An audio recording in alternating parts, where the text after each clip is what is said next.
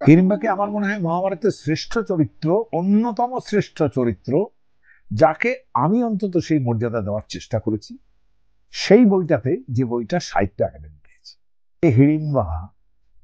মহাভারতের যে হিড়িম্বা, সেটা যখন কাশিদাসী মহাভারতে আসে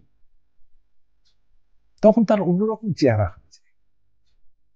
মহাভারতে নেই এমনও জিনিস লেগে যায় সেটা, কিন্তু সেটা এত কম্প্যাটেবলি লাগে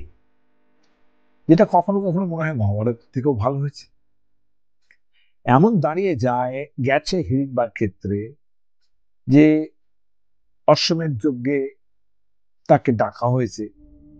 যে হিড়িম্বাকে দ্রৌপদী দেখে খুব নাকশিট করছে, এবং তখন হিড়িম্বা তাকে বলছেন যে আরে আমি মাঝখানে বসবো, আমি সবার আগে আমার সঙ্গে বিয়ে হচ্ছে, এই পাণ্ডব বংশের একজনের সঙ্গে আমার সবার আগে বিয়ে হচ্ছে, তাহলে আমার অধিকারটা নিয়ে কোনো চিন্তা ভাবনা করবো না, আমি সবার আগে বলে মাঝখানে গিয়ে বসছি। যে এই জিনিসটা তো আমার তো নেই,